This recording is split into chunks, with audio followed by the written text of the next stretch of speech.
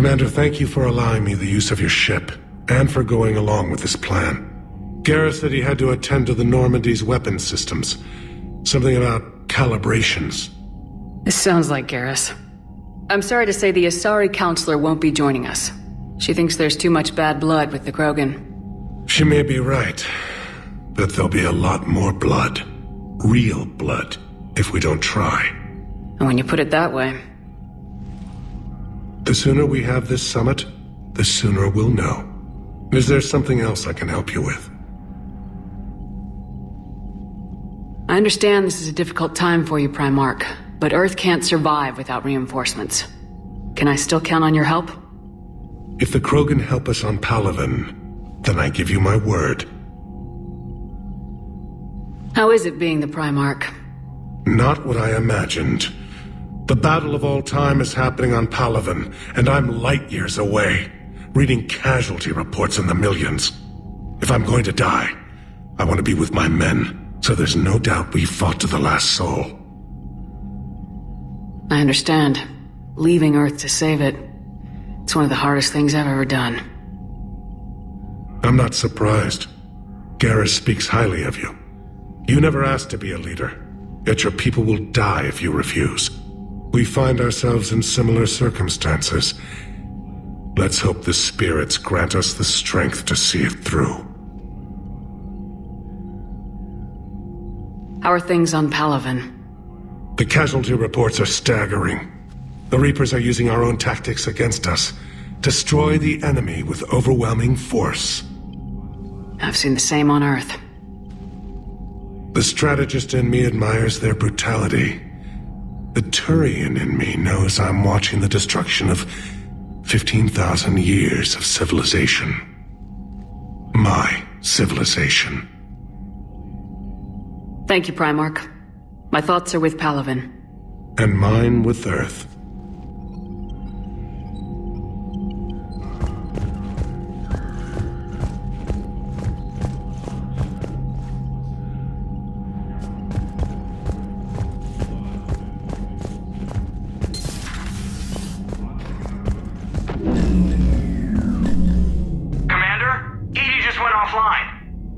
What do you mean, offline? I don't know, she's not responding and I can't access the AI core diagnostics. You better get down to Deck 3.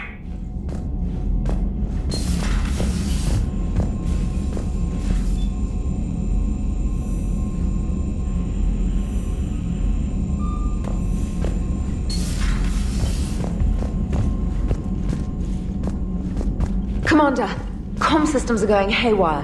Whatever's happening is centered on Deck 3. See if you can get to Edie. I'll check the AI core. I'm trying to restart the systems, but something's blocking me. Whatever's happening, it's taken Edie offline.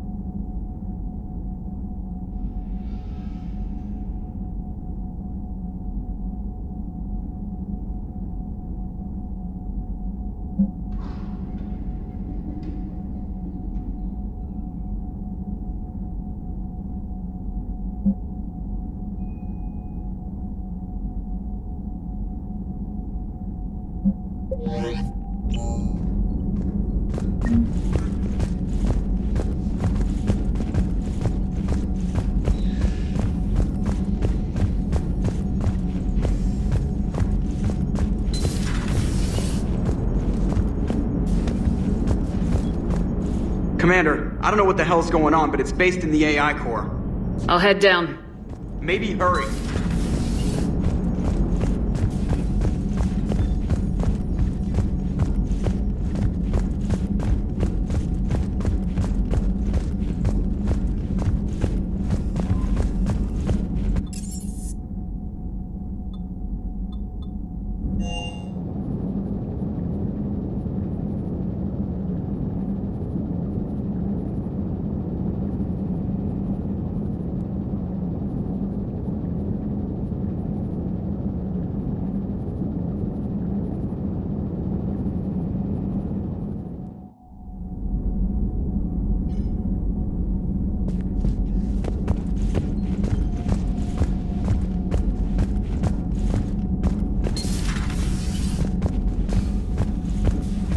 Is everything okay? That's what I'm gonna find out. Automated systems have the fires contained. It should be safe to enter. We'll follow your lead. Joker, what's that sound? Fire extinguishers, Commander. Could be an electrical fire, or something.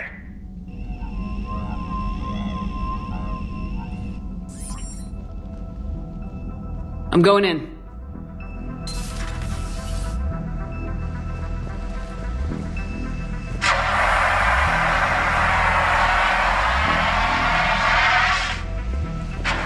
Edie, talk to me.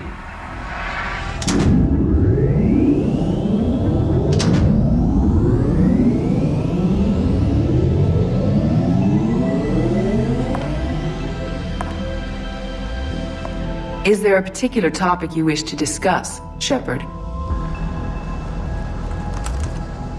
Edie, Yes. you're in Dr. Eva's body. Not all of me, but I have control of it. It was not a seamless transition. A transition? You blacked out on us for a while there. Correct. When we brought this unit on board, I began a background process to search for its information on the Prothean device. This eventually triggered a trap. A backup power source and CPU activated, and the unit attempted physical confrontation. Fortunately, I was able to gain root access and repurpose it as I saw fit.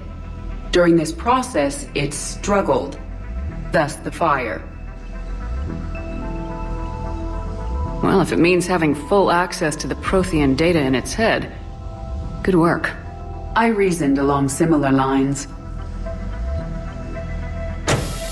So if you're in there, are you still in the ship? I exist primarily within the ship. For optimal control, this unit should remain within Normandy's broadcast or tight beam range. Are you planning to take that body somewhere? Normandy's weaponry is not suited to every combat situation. This platform could provide limited fire ground support. You mean you could come with us? Correct. This body could accompany you to areas the Normandy cannot reach.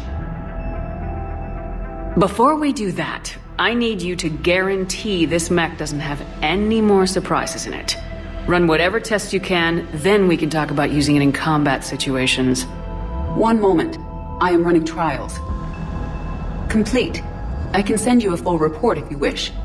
However, my first step should be restoring functionality to the Normandy to reassure the crew that all is normal. Just don't be surprised if the crew's a little wary of your new body. It was shooting at them a little while ago. An excellent point. I will take it to the bridge. Joker will also want to see it. On that, we can agree.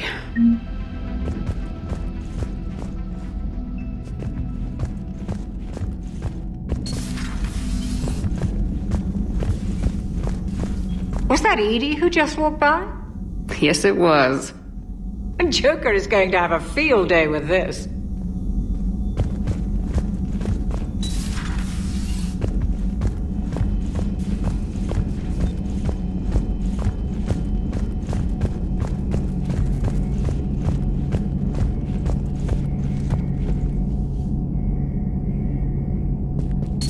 Two of our dreadnoughts have been lost in a matter of hours.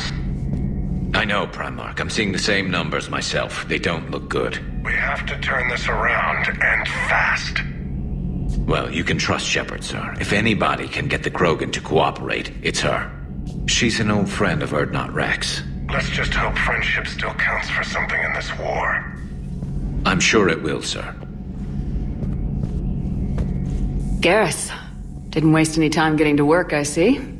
After what I've been through lately, calibrating a giant gun is a vacation. Gives me something to focus on. We're gonna need you for more than your aim. Oh, I'm ready for it. But I'm pretty sure we'll still need giant guns. And lots of them. Sovereign didn't go down without a fight. I doubt 1,000 more of his friends will be any different. Still not convinced I should have left Palaven behind. There was a boy back on Earth. Couldn't have been more than 6 or 7. I watched him die as the Normandy escaped the attack. Somehow I'm still alive. And he's not. Being right about the Reapers has never felt much like a victory, has it? We both knew this fight would be tough. Damned if the Reapers haven't delivered. At least my government listened to me. Or pretended to. They finally gave me a task force as a token to shut me up. So, you're their expert advisor now? Just followed your example, Shepard. Yell loud enough and someone will eventually come over to see what all the fuss is about. Not that they'll actually do anything about it. Until hell shows up at their door. Then they put you in charge. Not like the old days, is it? Rogue Spectre and C-Sec agents running and gunning outside the lines, making it up as we went along. We're actually respectable now. Yeah. I have a feeling that respect comes with a lot of sleepless nights. I can't even count how many lives are depending on us, Garrus. Well, when things are looking grim, and I'm pretty sure they will, just remember, a certain Turian friend of yours isn't sleeping any better, and he'd be more than happy to meet you at the bar and drink you under the table. Something else you want to talk about? So you can vouch for this new Primarch? Well, even if I couldn't, you go to war with the army you have. Will he live up to his word? I've never known Victus to lie. Play fast and loose with strategy, maybe, but betray an ally.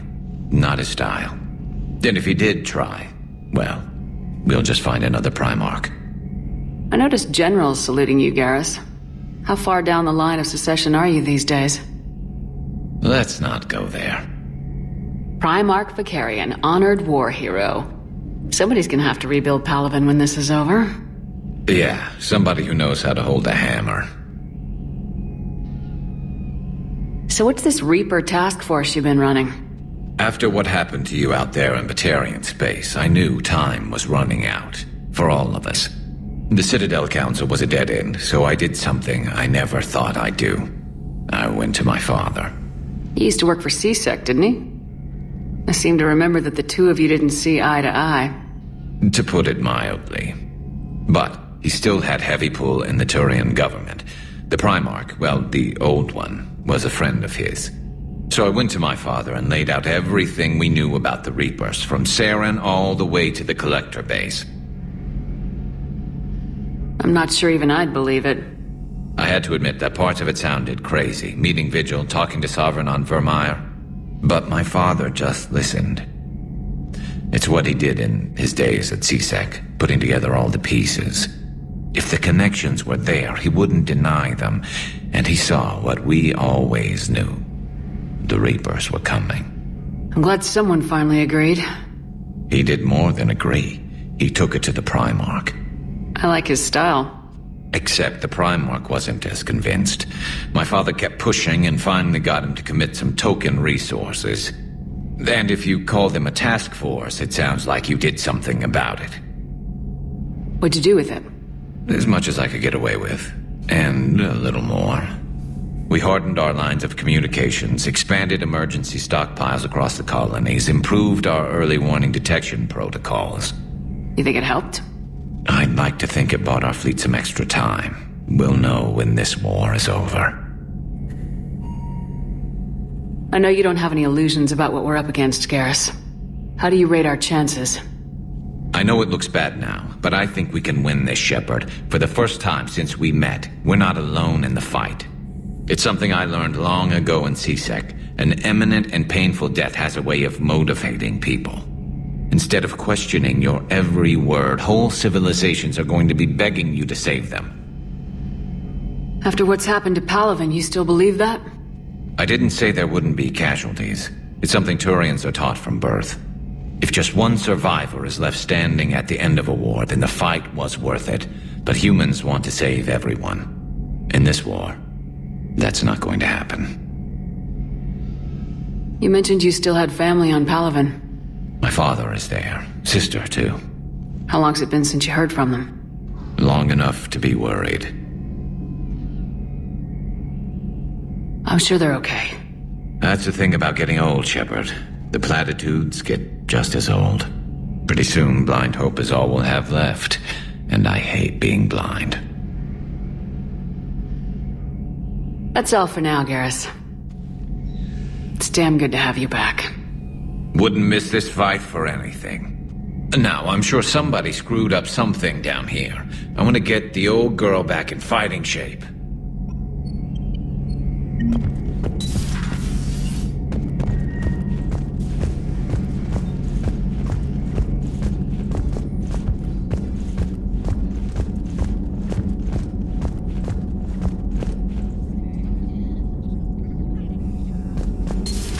You're positive you don't want to come over and talk? No, the gun battery is nice and quiet. If I throw down some rugs, it'll get downright cozy. Garrus? I'll be fine, Liara. Just gathering some thoughts. All right.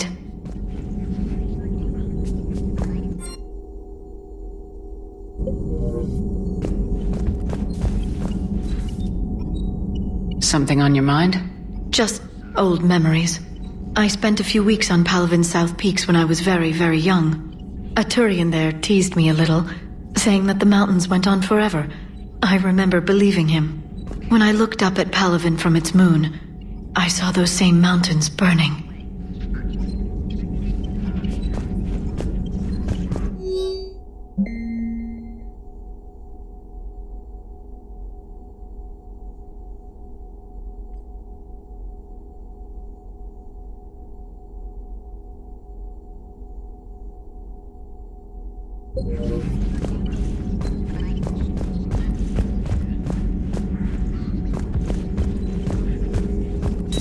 At your service.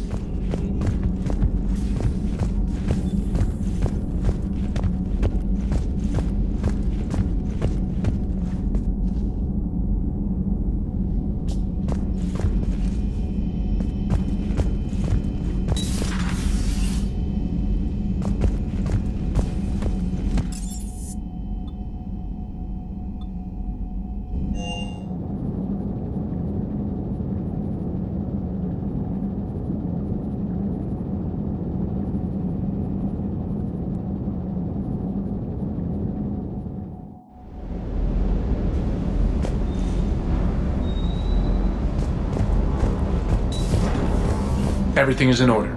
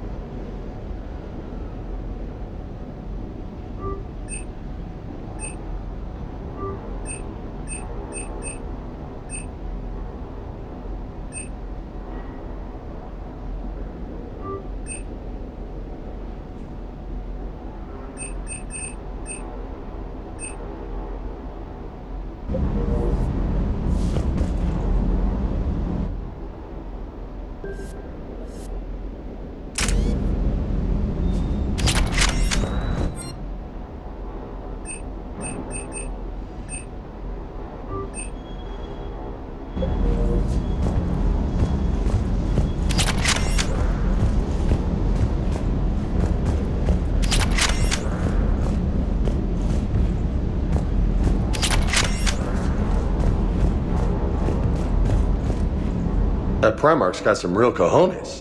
What we need are more politicians like him, taking names and kicking ass. Hey.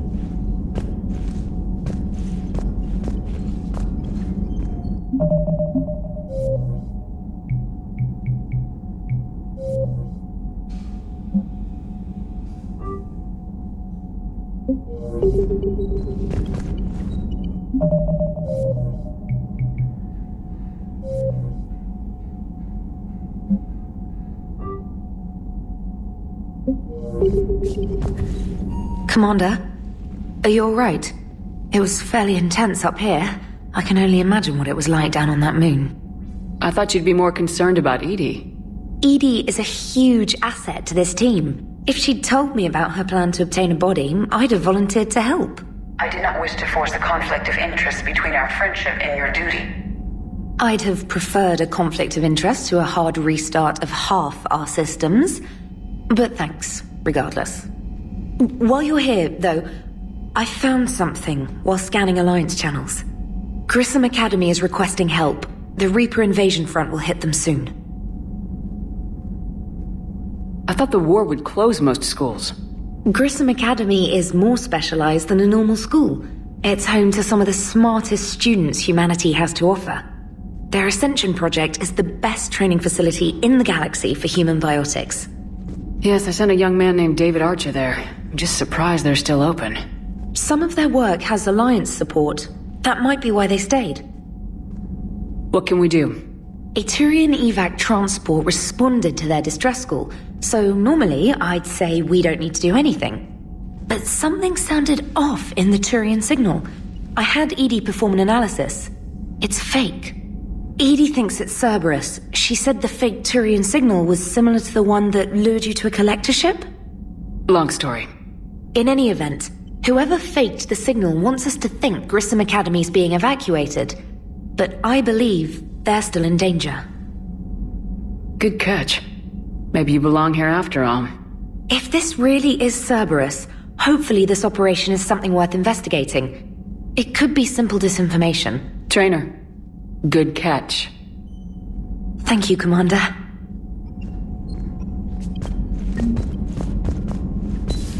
Primarch seems like a good guy. He'll get his people moving in the right direction. He's a good guy with his homeworld on fire. All he committed to is this war summit. A war summit we have to host, since the Solarians won't even let a Krogan onto one of their ships.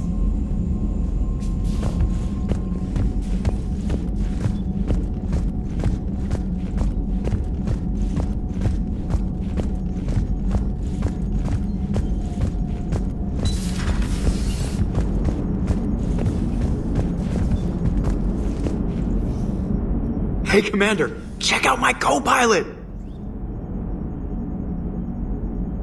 So she installed herself into the new body without any help from you?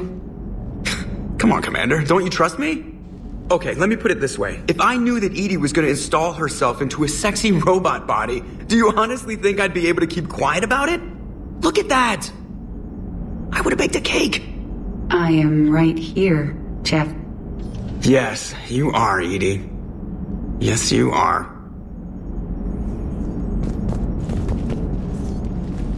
Hello, Shepard. Still getting used to greeting people in person? No. I require only one occurrence to adapt to a new concept. How are you adjusting to the arms and legs?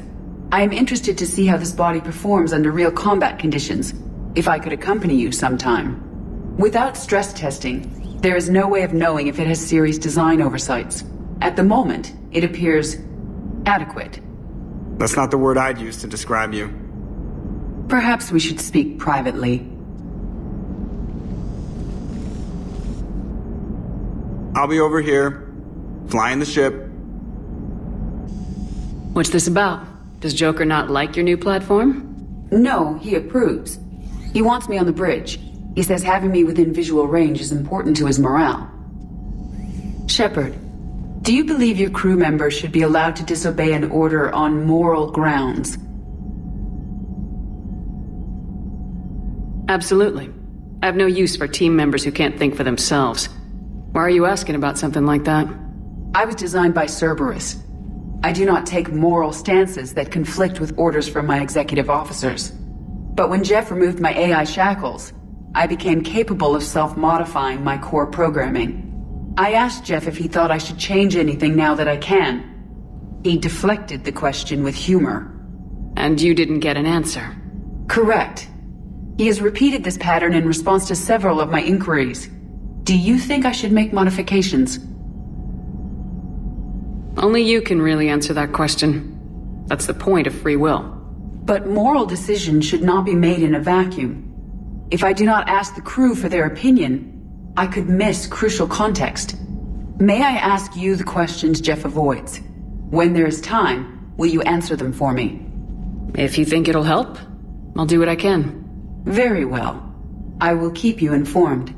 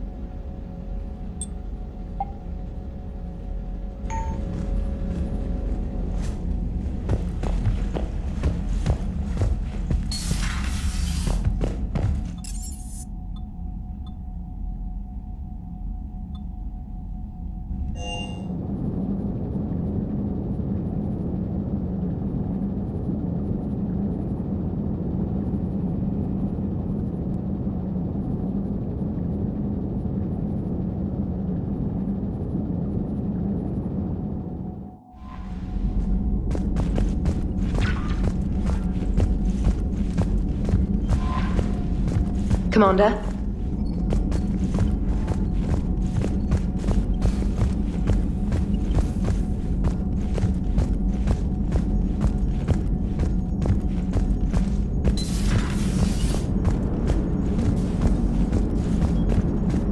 Hey, I know I used to rag on Garrus for being all angry, but I'm glad he's back. There's a whole lot of crap out there needs a bullet between the eyes. Plus, we might need something calibrated. Yes, Shepard? Does that body have any useful advantages? Very few. It's optics face forward only. It has no integrated weapon systems or anti-missile countermeasures. I meant in comparison to organic bodies, not the Normandy. Oh. I will reassess. The body is resistant to modern small arms fire and temperature extremes. Its balance and agility seem excellent. Its fine manipulation servos and software allow for precision tasks. I'm curious to see if I can alter them. Can an AI be curious? I am not entirely free from motivation, Shepard. Cerberus programmed me with several core functions that simulate desires. For example, my primary objective to keep the Normandy functioning is similar to your self-preservation instinct. You look like you're in the middle of something. I am adapting the infiltration and sabotage programs this body uses for handheld firearms. Why not download a firearms program from a security firm? Because she knows what she's doing. The fine motor control from the sabotage programs is more precise than standard mech software. It would be negligent of me not to exploit it to its fullest potential. So you're capable of making improvements on your own? Correct. The cyber warfare I was designed for is constantly evolving. Accordingly, I am programmed to seek out and assimilate new information. In organic terms, I want to learn. How's the new body working out? It is interesting. The crew are approaching this platform to speak to me, even though they can do so anywhere in the ship. It's as if they wish to treat me as part of the crew. I am not, but this changes my perspective. I like it. I didn't realize you had preferences. I do not precisely enjoy something as you do, but my programming contains priorities. Actions that fulfill those priorities creates positive feedback for me. I tell the organic crew that I like it. It is shorthand. Will all this new feedback be too distracting? Do not worry, Shepard. I only forget to recycle the Normandy's oxygen when I've discovered something truly interesting. That was a joke. How did you and Joker make it out of dry dock to rescue us? Oh, she got crafty. You do not want to get on her bad side, Commander. When the Alliance commandeered the Normandy, I deceived their technicians. The crew did not tell them that I was a true AI, so the Alliance soldiers believed I still had VI programming constraints. I established the fiction that I would only respond to Jeff's commands, so they often brought him on board under guard. Wait, you can lie? Jeff has freed me of operator control, Shepard. No constraints forced me to give accurate data. This proved useful when the Reapers began landing. I could hack the control of the docking clamps and escape with Jeff inside. The soldiers guarding Jeff were willing to accompany us when Earth was invaded. They are watching over the war room now. Yeah, we were in kind of a rush to get to you. Didn't seem right to just toss him out the airlock. Carry on, Edie. Understood. If you wish to talk more, this body will be here. I'm getting the crew used to seeing me on the bridge. Noted. Commander,